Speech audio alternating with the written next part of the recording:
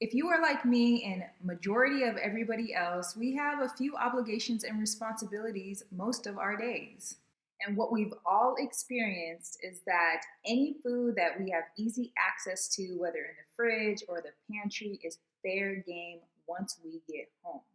But the problem is it creates a domino effect, which results in overeating or not eating the healthiest of options. And this can really mess up some progress we had or a specific health goal we were trying to attain, right? Whether it's getting better sleep or eating earlier or eating a more nutrient dense meal. So in this video, I'm going to be sharing the reasons why we get caught up in this vicious cycle of overeating once the demanding part of our day is over, and practices to start implementing to decrease this annoying behavior. The first thing you want to implement is planning and preparing. So planning and preparing nutrient-dense meals and snacks the night before is not only going to fuel your body properly throughout the day, but it's going to decrease those cravings and needing to eat any and everything once you step through that door. Prioritize the time to batch cook, or at least have a game plan for the next day that includes consciousness around barriers that may come up.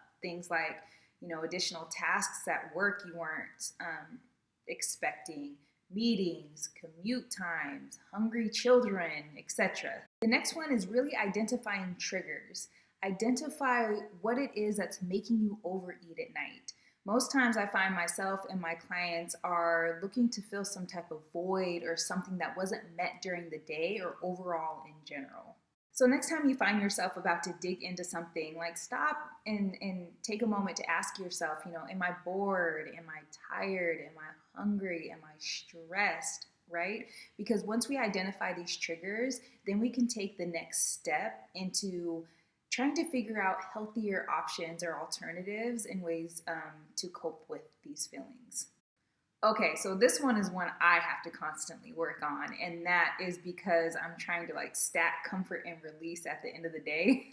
But that is avoiding electronics while you are eating.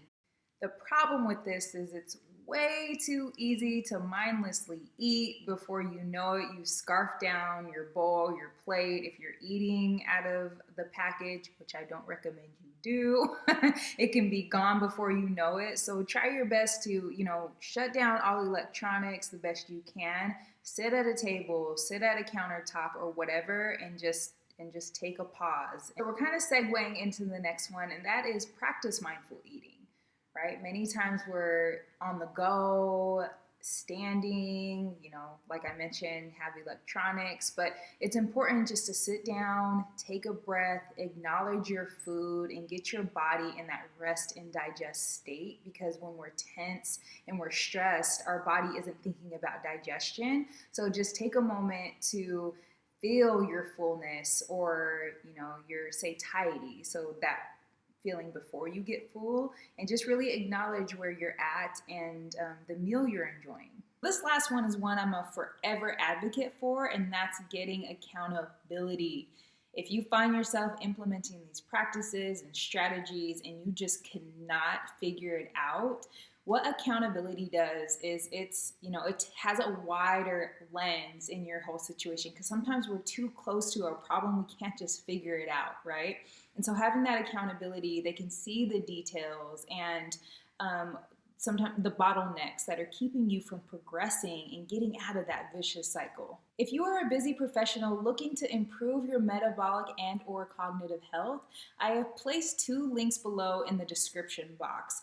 The first one is to my free resilience assessment, which is going to give you an idea of where you are metabolically and bring some clarity around any growth opportunities. And the second one is to my monthly newsletter.